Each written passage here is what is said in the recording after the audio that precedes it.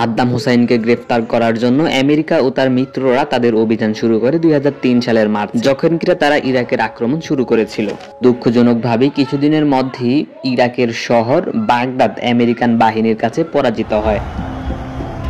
কিন্তু তখনও সাদ্দাম হুসাইনকে খুঁজে পাওয়া যায়নি।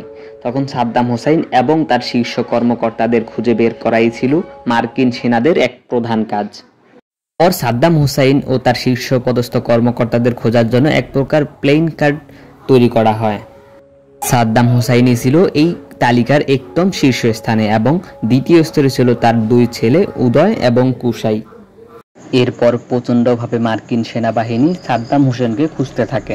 এভাবে বেশ কিছু মাস চলে যায়। মার্কিন বাহিনী থেকে একের পর এক অভিযান চালায়, কিন্তু সাদ্দামের অবস্থান সম্পর্কে কোনো খোঁজ পাওয়া যায় না। এমন অবস্থায় মার্কিন সরকার সাদ্দামের দুই ছেলে উদয় এবং কুশাইয়ের জন্য $15 মিলিয়ন এবং সাদ্দামের জন্য $25 মিলিয়ন পুরস্কার ঘোষণা করে। এটা ছিল একটি বড় ধরনের প্রলোভন।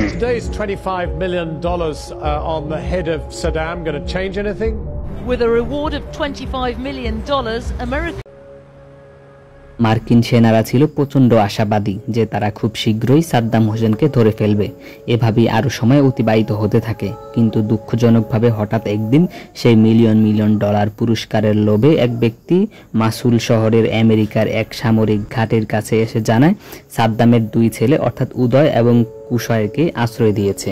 যদিও মার্কিন সেনারা বিশ্বাস না করা সত্ত্বেও পরদিন ওই ব্যক্তির বাড়িতে অভিযান চালায়।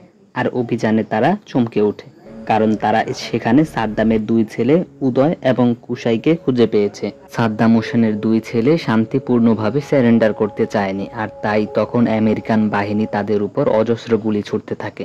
মার্কিন বাহিনী তাদের উপর প্রতিরোধের জন্য আরও সেনা পাঠায় এবং তাদের উপর আক্রমণের তীব্রতা আরো বাড়িয়ে দেয়। শেষ পর্যন্ত দুই ভাই সেখানেই নিহত হয়।